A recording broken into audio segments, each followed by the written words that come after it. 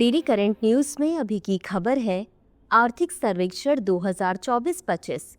आज संसद में आर्थिक सर्वेक्षण 2024-25 प्रस्तुत किया गया। इसमें इस बात पर जोर दिया गया कि विभिन्न विकास पहलों के बावजूद भारत के कृषि क्षेत्र में काफी अप्रयुक्त विकास क्षमता है। आगे बढ़ने से पहले आपको बता दें, दृष्टि IAS मुखर्जी नगर की सभी क्लासेस अब आ गई हैं नोएडा में।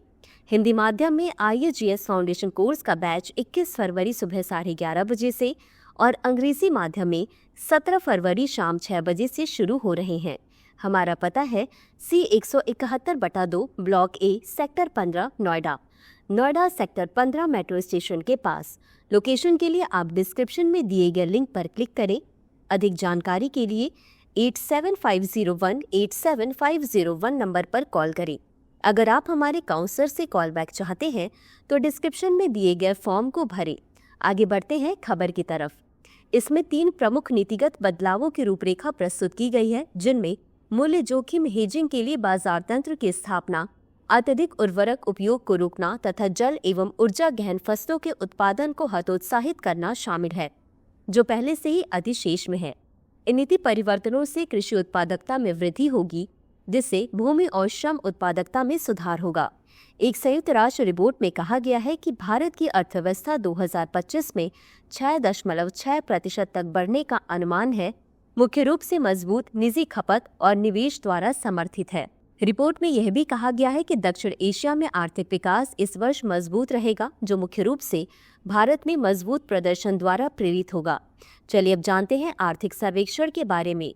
यह एक सरकारी रिपोर्ट होती है जो देश की आर्थिक स्थिति का विश्लेषण करती है। यह रिपोर्ट सरकार द्वारा आमतौर पर केंद्रीय बजट से पहले हर साल पेश की जाती है।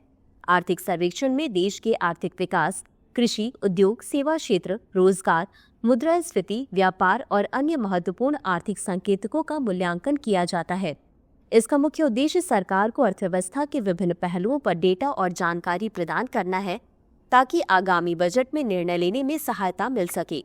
इसके माध्यम से यह बताया जाता है कि पिछले वर्ष में देश की आर्थिक वृद्धि कैसी रही, किस क्षेत्र में सुधार हुआ और किन क्षेत्रों में चुनौतियां हैं। आर्थिक सर्वेक्षण के द्वारा सरकार आगामी आर्थिक नीतियों के लिए दिशा निर्देश भी पेश कर सकती है।